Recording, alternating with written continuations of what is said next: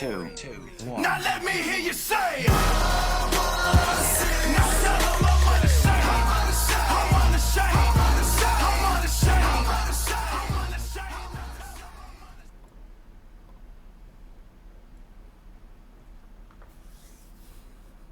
Hello, my name is Robbie. On here I'm Templar Knight. Every person who believes in God but does not attend a church has a story why. But whenever two or more people gather in God's name, He is there. So this is church. Welcome. I'm glad that you're here. Romans 1, verse 16.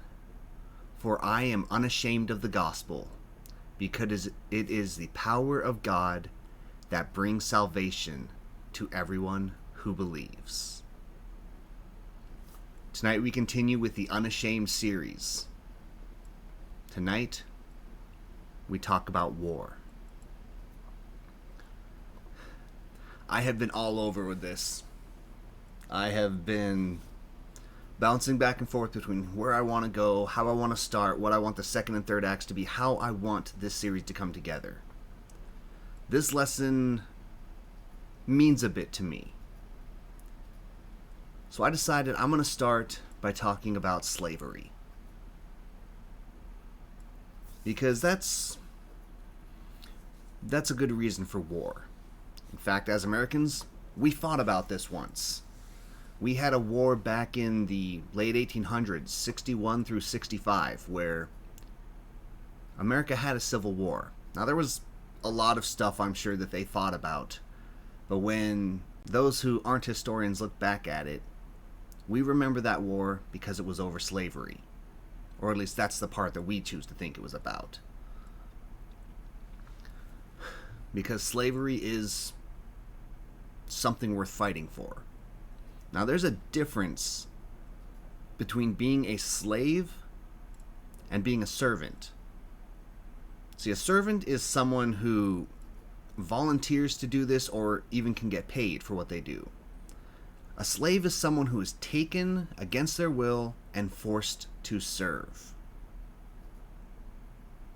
So in America, when we had slaves, the people who were against this thought it was something worth fighting about. And they did. For 4 years, Americans fought Americans so that everyone could have freedom, so that everyone could be free.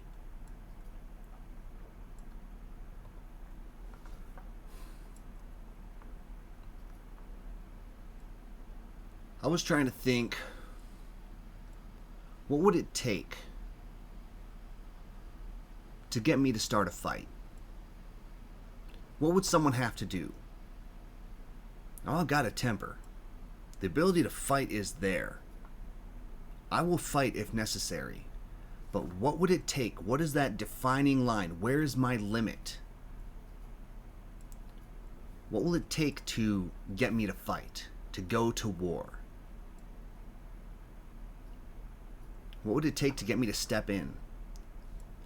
If my neighbors moved in and they had a slave, a person that they owned, whose life's purpose was to serve them, to clean, cook, do all the chores, to do whatever these people told them, and they were treated like they didn't matter, that they weren't a person, would I step in? Would I say that person is a slave? They're not even in control of their own life. Will I cross my property line, leave my yard, and go to their home to do something about it? If I'm at a store and I see someone angry, yelling and screaming at someone else, will I step in?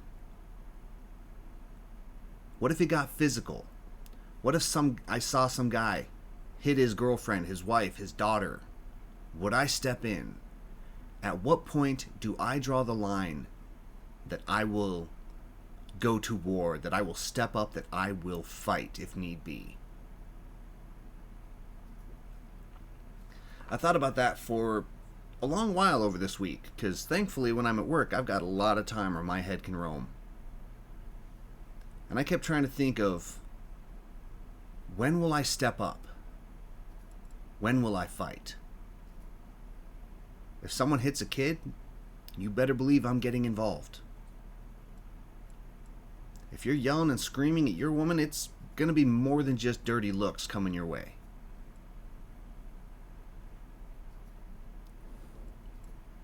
I've got my temper under control. But my willingness to step in is not so much.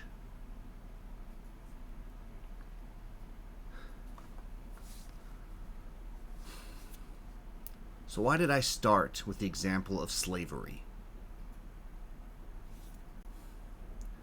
In Romans 6, chapter 15, it says, "Shall we sin because we are not under the law, but under grace?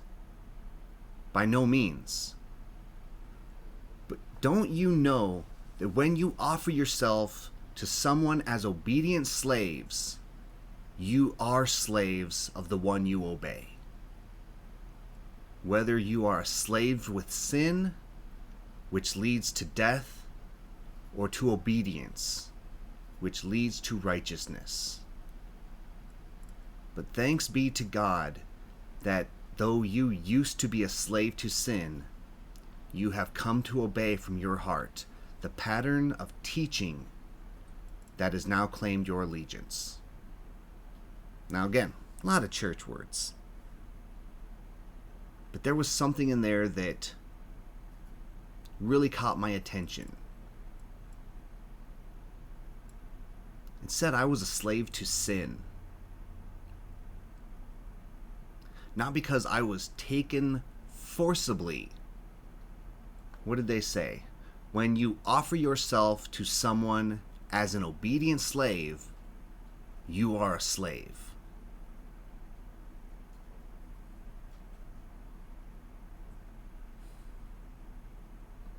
The Bible has the nerve to tell me that I am a slave to sin.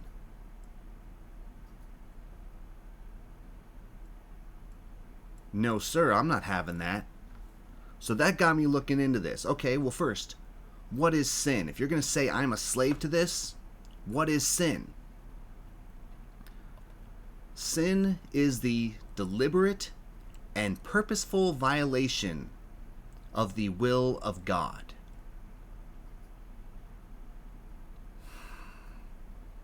Okay, you're hitting a little close to home here. We are constantly talking about following God's will, following God's plan in your life. And I always mention how, I know God wants me to go this way, but I want to turn over here real quick. I'll be right back. When I knowingly turn away from God's plan for me, I'm sinning. Dang it.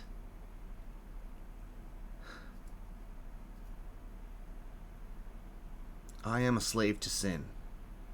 I willingly allow it to control me.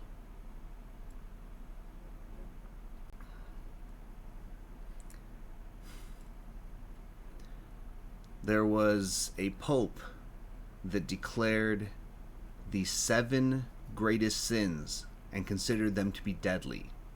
Whether it was sloth, just being lazy and not doing anything, greed, always wanting more, lust, being sexually immoral, envy, wanting that which you do not have, gluttony, just overly consuming, wrath, having that anger that you can't keep down, or pride.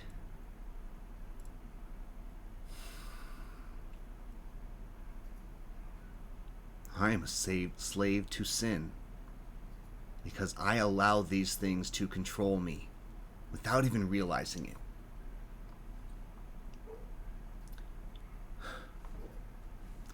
I always love to think that I'm a good guy. I'm one of the better ones.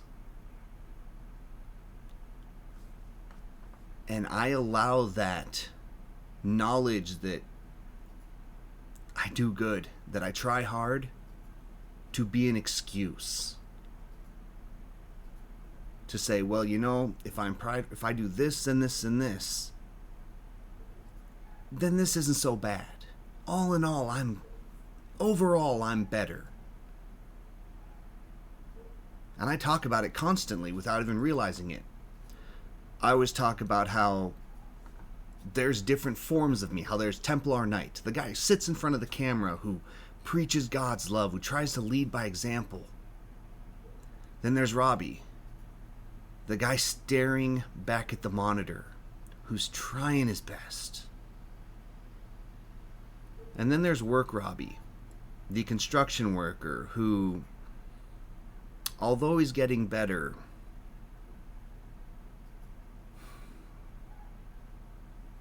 I'm not proud of who he is. Not yet.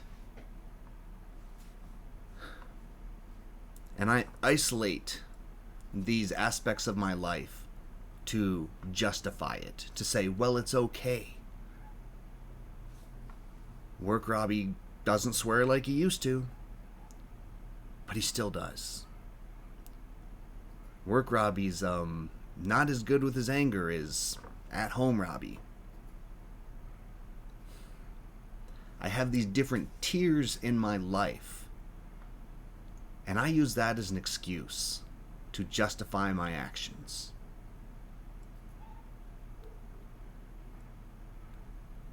I compartmentalize the way I behave so that I'm okay with being a slave to my sins.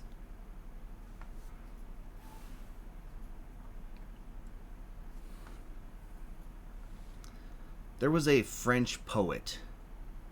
His name was Charles Baudelaire. And he said something you've all heard. He said that the greatest trick the devil ever pulled was convincing the world that he didn't exist.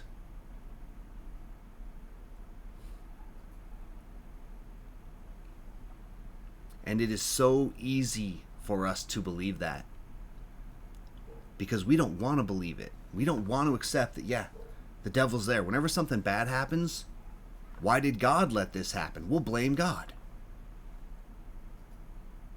We are so quick to ignore the devil's push on our lives that we just, that was just some bad luck. Oh, I was just having a mental episode. I was stressed. I was drunk. I was angry. It wasn't me. We justify it.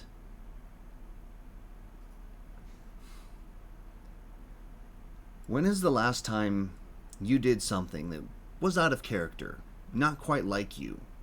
You got mad and yelled at someone, you struck someone out of anger, you did something you shouldn't have, and you regretted it later.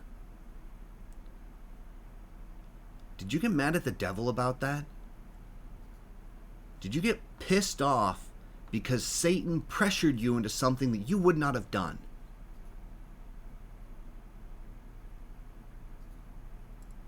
Or do you just say, oh, I was weak. It was me. Why did God let this happen?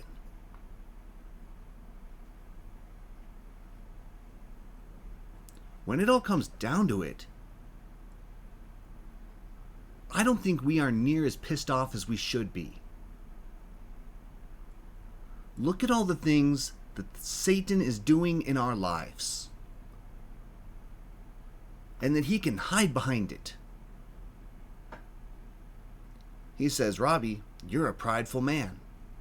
That wasn't me. That was your pride. And I say, you know what, Robbie? You're a prideful man. That wasn't the devil. That was your pride.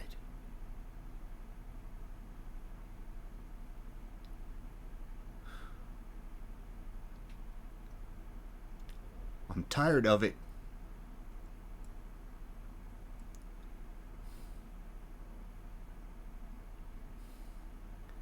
I have sat back and watched for too long as the devil and sin have attacked me and the people I care about. And I've done nothing.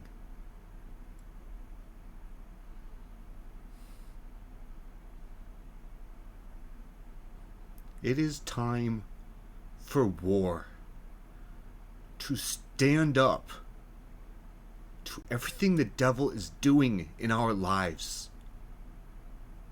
To stand up against all of the sin that we have just accepted as, well, it's okay, I guess. It's not a big deal. It is a big deal. We're under attack and we're not even fighting back.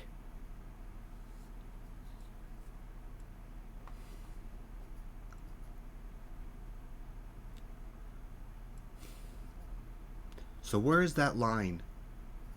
What will it take to get you to fight? What will it take for you to stand up for what is right? Are we just supposed to sit back and let sin control us?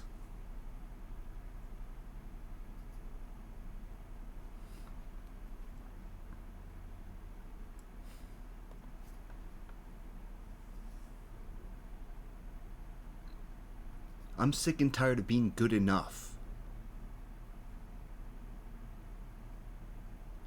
I am tired of making excuses for my downfall.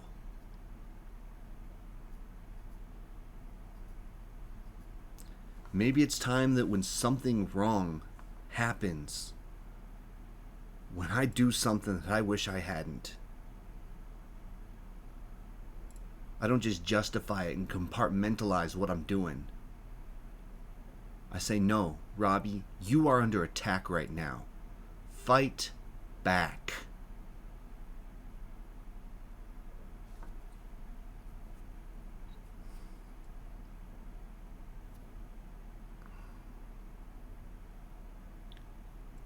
So how do we do it? How do we fight? Because it's not like the devil's going to show up as some guy yelling at his wife in Walmart, where we can go be the big man and step in and say, hey man, back off. It's not like the devil's going to move in next door with a slave that we can go and free and rescue.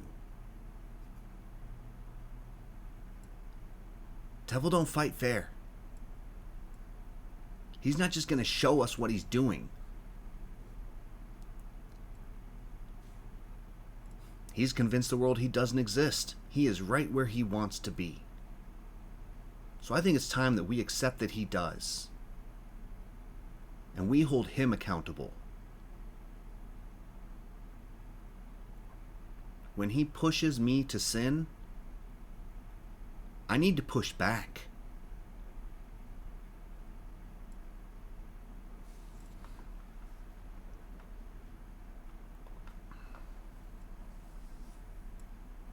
So how do we do this? We can sit here and get riled up and get motivated and want to go and fight, but how? How do you fight the devil? How do you fight sin?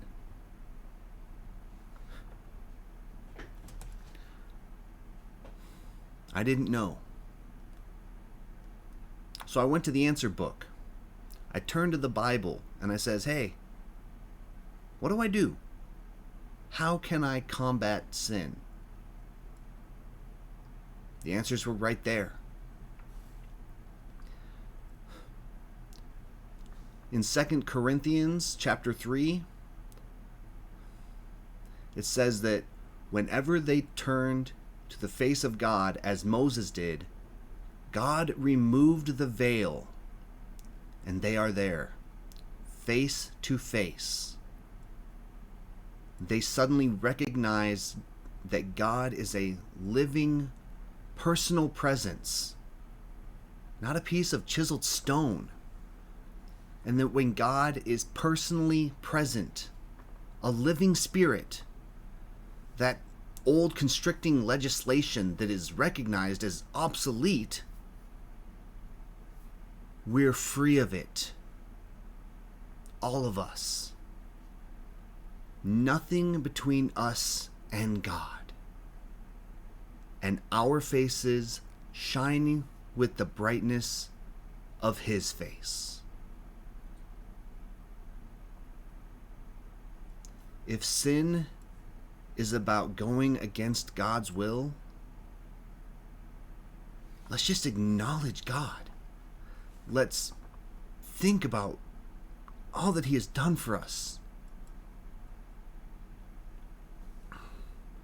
See, all this sin, Jesus handles that. Everything that we've done is not a concern. We can't hold on to the past and say, well, this is just the way it is. This is the way it's always been. That doesn't count. You can't use the past to justify the present. You want to follow God's path? Be near God.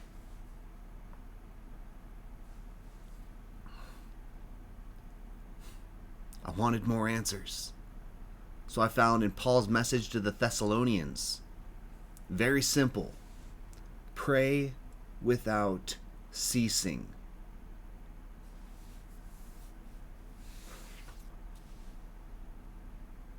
I pray every day for about a half hour to an hour in the morning. I've got this list on Discord that I can read through of all the prayer requests we've received. And I can pray through that.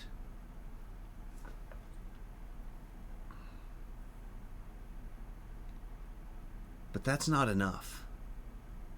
Just because I sit down and I isolate my thoughts and focus on talking to God, yeah, it's great that I'm praying. I feel connection there. But what if I wasn't like, hey God, alright, okay, prayer list is done, so I'll talk to you later, okay, bye, and hang up? What if I didn't? What if once I finished my prayer list, I just put this on speakerphone, put it in my pocket, and continued to get ready for work, continued to drive, carrying on the conversation? Well, Robbie, that's gonna be a little awkward, because if you have an open line to God at all times, what if He doesn't like some of the music you're listening to? What if He's not real fond of the way you talk around some of your coworkers?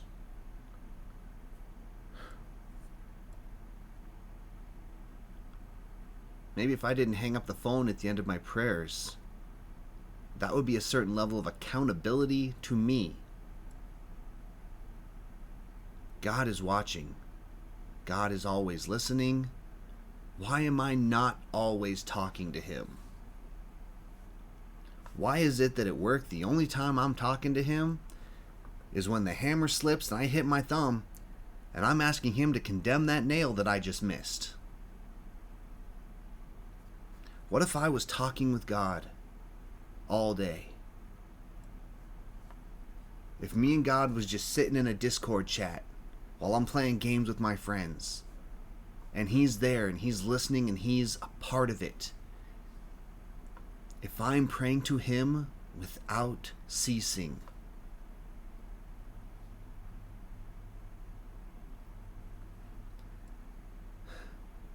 I will say that if I am constantly on the phone with God, it's going to be a lot harder for sin to make its move. Because if I'm talking on the phone with God, and all of a sudden lust calls up, like, hey God, just a sec, I gotta take this, it's lust. He's like, what? I'm like, you know what? No, I don't. Never mind. If I'm talking with God and greed calls me up, oh, hey God, just a sec, greed's calling me, I'll hit you up in a minute. What? No. You know, yeah, you're right, I don't need to talk to Him. If I'm constantly interacting with God, how is sin going to lead an attack against me? If I am constantly talking with God, it's going to be that much easier for Him to tell me where I'm supposed to be going. Not like the old days when we went on a road trip and we said, okay, I'm leaving here. I got this big piece of paper that unfolds. Back in the day, you used to have a piece of paper in your glove box that was called a map. And you had to unfold it and unwrap it all, and it took up the entire dashboard and half the windshield. And then you had to look and figure out where you were, because there wasn't a dot that told you. And you had to figure out where you were and where you were going. Well, what if instead of using communication with God like a map, I use it like a GPS, where I'm constantly able to look and see, oh, I am right here. This is where I'm supposed to be going. Using a GPS to get where you're going is like using prayer going through your life. My wife and I, we drove somewhere, it was Friday night? We knew how to get there. We'd been there before. But we still had the GPS up. We knew the way, but the GPS was there. And I kid you not, I probably looked at that thing every 3 minutes. And it wasn't changing. I knew where I was going. I knew how to get there, but I would not stop looking for that guidance. It probably wasn't going to change, but what if it did? I relied on that GPS to get me to my destination the way I should be relying on God to get me to where He's sending me. We need to pray more. That is how we can fight sin.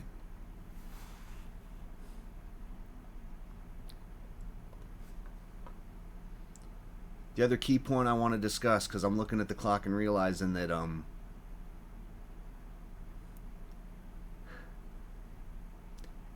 another key thing, some important information we need to understand, is that as Christians, we need to help each other. Now, I'm not just saying as Christians we need to help other Christians. As Christians, we need to help each other, whether they share our faith or not. Anyone that you care about, that you're around, care for them. Take care of them. I went to the Bible for this too. In Ecclesiastes it says, "It is better to have a partner than to go at it alone. Share the work, share the wealth. And if one falls down, the other helps." But if no one is there to help, it's tough. By yourself, you're unprotected. With a friend, you can face the worst. I was going to end it there, but there was one more continuation that it caught me off guard. After talking about how important it is to have that other person, it says, "Can you round up a third?" A 3-stranded rope isn't easily snapped.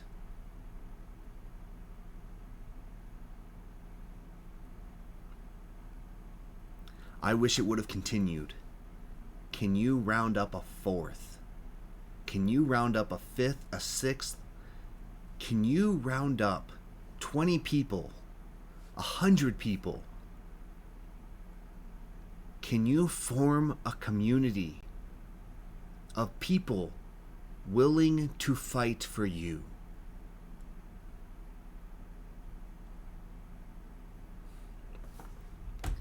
I'm going to end this with a story that a lot of you have probably heard. My last ministry, it was called Battlegrounds. I taught high schoolers how to fight with swords. I taught them physical and spiritual combat. And we had a ranking system as to who was the best.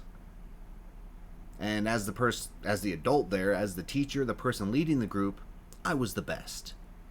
And we had a bunch of high schoolers and some middle schoolers.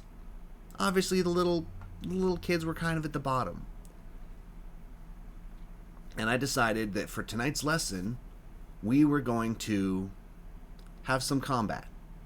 And I looked at the list, and I found the girl whose name was at the bottom. And I says, "You're going to battle me first." And she came out, and she lasted a whole half a second. She was no match for me. I told her, you are now on my team. Looked at who's next lowest. Called that person out. They came up and fought us, 2-on-1. Again, I could have handled them on my own, but now we've got power in numbers. Once I beat that person, they joined my team. And the next, and the next, and the next. And we worked our way up from the bottom. So by the time we got to the high school boys that were pretty decent, not as good as I was, but still pretty decent, we were fighting 10-11 on one person. And we beat them every single time. And when we got done, we fought the second place person. And he lost. And he looks at me and says, dude, it's not fair. There's too many of you. And I says, okay. Who were the first 5 people I battled tonight? You 5 against me. 5-on-1. I'm good. But I'm not that good. And so when they pressed the attack, I had to fall back. I had to constantly be on the defense and on the retreat. Because I'm good. But I can only fight so much. And as these little middle school kids chased me around the church parking lot, swinging their fun noodle swords at me, I knew I couldn't win. So what did I do? I looked at everyone watching, and I cried out, Mike, Chris, Trey, Andrew, help! And I just started calling for everyone there to help me, because I was going to lose. And what happened? The benches cleared, and all of these kids came running to my aid, and they defeated the other team. And those little girls, they looked at me and was like, hey, that's not fair. You can't call for help like that. We would have had you. And we went and sat down, drank a soda, and I explained to them that I'm the best fighter here. I'm the strongest. I'm the leader. But even I can be overwhelmed. So what do I do when I'm in a fight that I can't win?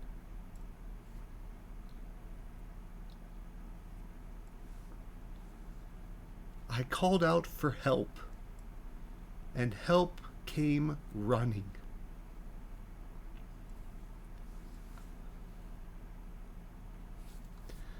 As the leader,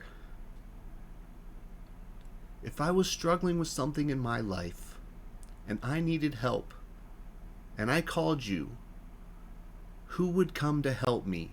Raise your hand.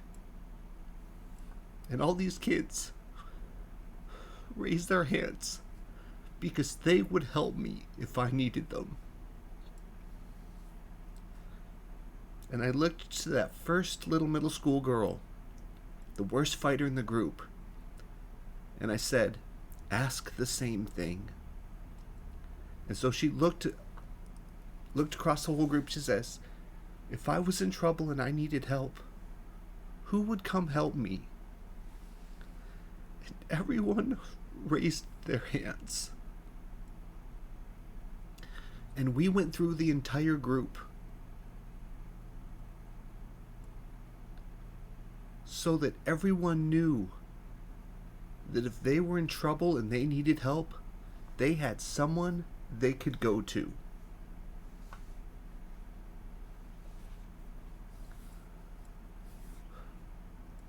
So why am I telling this story again tonight?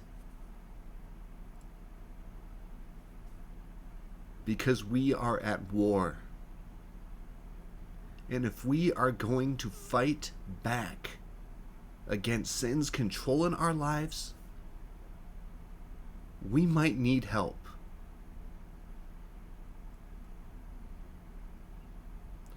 We might need someone to be there for us if it's something we can't handle alone. And I want everyone here to know that you are not alone in this fight. If sin is going to come after you, if the devil is going to lead attacks against you, we will fight.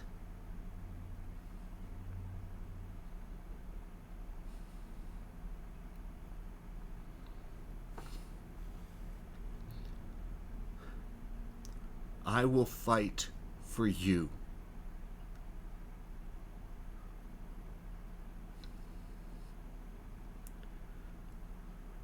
Will you fight with me?